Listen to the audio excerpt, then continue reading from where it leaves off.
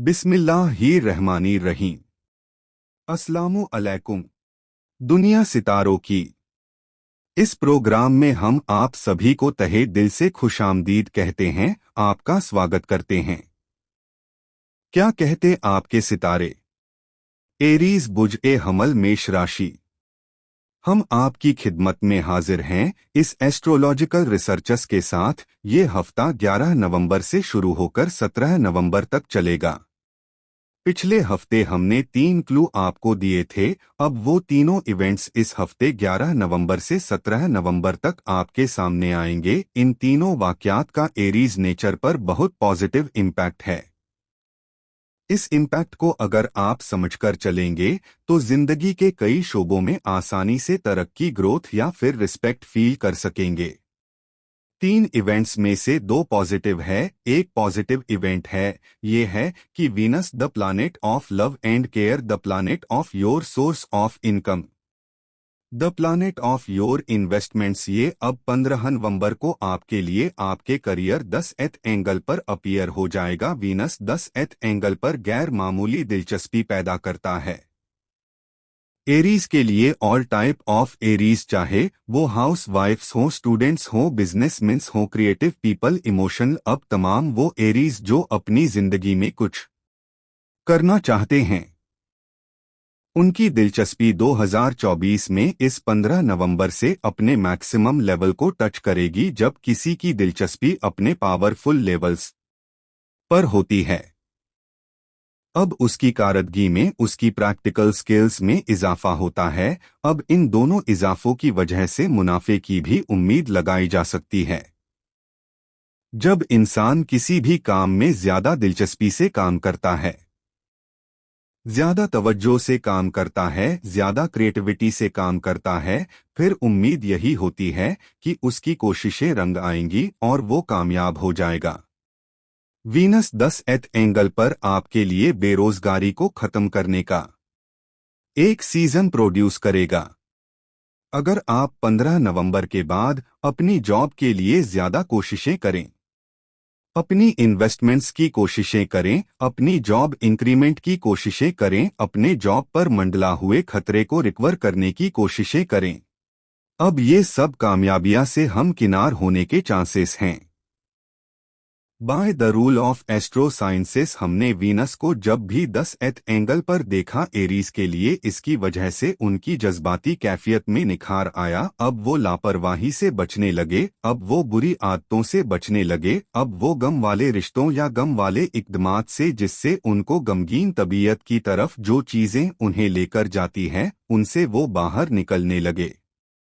हमने हमेशा ही ये देखा, Aries are more romantic by the support of Venus. It is expected from 15th of November so on for at least 25th days. Venus का एक और भी फायदा है, Venus is a planet of some spiritual relaxation, इत्मीनान, सुकून, मतलब जो कर रहे होंगे उस कारदगी से आप मुतमिन होते जाएंगे। आपके अंदर रिग्रेट्स, नफ्स, दबाव, नफरत, शिकायत, इनका खात्मा मुमकिन हो सकेगा। सो ये एक प्लस या पॉजिटिव इवेंट था। दूसरा इवेंट फुल मून है। फुल मून आपके लिए टोरस एंगल पर होगा। Taurus is your second house, you know, and full moon is a powerful support for your comfort of life, house, gadgets या फिर जो मकान, गाड़ी या मोबाइल, जो इस तरह की चीजें जो गैजेट्स के थ्रू हमें खुशियां, सहूलत मिलती हैं, अब वो बहरहाल मुयस्सार आएंगी। फुल मून अदरवाइज भी एक फोर्स ऑफ लाइफ जनरेट करता है। ह्यूमन नेचर में जो रूटीन की वजह से सिकनेस आ जाती है, उसे रिपेयर किया जा सकेगा। आखिरी और नेगेटिव खबर, Aries as you know by the western astrology, Saturn इस वक्त पायस एंगल पर है। ये आपका 12th एंगल बनता है। वैदिक एस्ट्रोलॉजी और अदर कैलकुलेशन मेथड के मुताबिक सैटर्न इस वक्त एक वेरियस एंगल पर है, लेकिन उनका कैलकुलेशन मेथड डिफरेंट है। वो मून साइन से कैलकुलेट करते हैं, जबकि आप एरीज है सन साइन से, जैसे हमने जो कैलकुलेशंस की है ये सन राइजिंग कैलकुलेशन कहलाती है। इसके एतबार से आपके लिए सैटर्न आपके 12th एंगल पर है। अब वो 15 नवंबर को डायरेक्ट हो जाएगा, वो डायरेक्ट रहेगा। अब आपके लिए 6-7 महीने तकरीबन मई जुलाई तक आई होप जब सैटर्न डायरेक्ट होगा। रूल्स ऑफ एस्ट्रोलॉजी के मुताबिक ये आपके लिए सीजन ऑफ साढ़े साती पैदा करेगा। साढ़े साती की जो अमून डेफिनेशन है वो ये कि it is a phase of resistances, it is a phase of lack of reward, it is a phase of some difficulties in your physical health.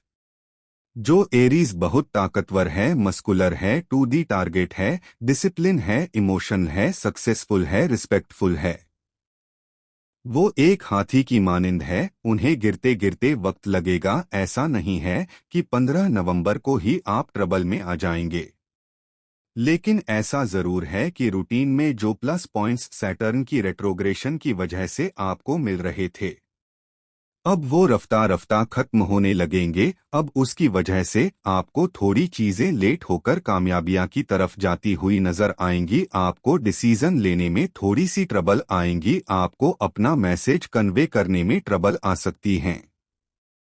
इसी तरह की दीगर इश्यूज जैसे लोगों का आपके खिलाफ साजिशें करने लग जाना, मौसमों की तब्दीली आपके आड़े आए, आपका जो सोर्स ऑफ इनकम है वो डिले का शिकार हो, this are the possibility by the Saturn. अब वो थ्रेट बहरहाल मौजूद है। अब 15 नवंबर के बाद आपका रूलिंग प्लेनेट मार्स एक बहुत अच्छे एंगल पर है, that is supportive for your physical health. आपका मरकरी बहुत अच्छे एंगल पर है, that is supportive for your communication, for your planning, for your educational activities, for your learning skills, for your public image. अब ये दो प्लानेट बिहेवियर्स है, short term behaviour है, आपके लिए फेवरेबल है, ताकतवर है। लॉन्ग टर्म में सैटर्न का डायरेक्ट होना आपके लिए ट्रबल मेकर है। इन दोनों में तसादुम रहेगा। तसादुम में जीतने के चांसेस शॉर्ट टर्म प्लेनेट के हैं।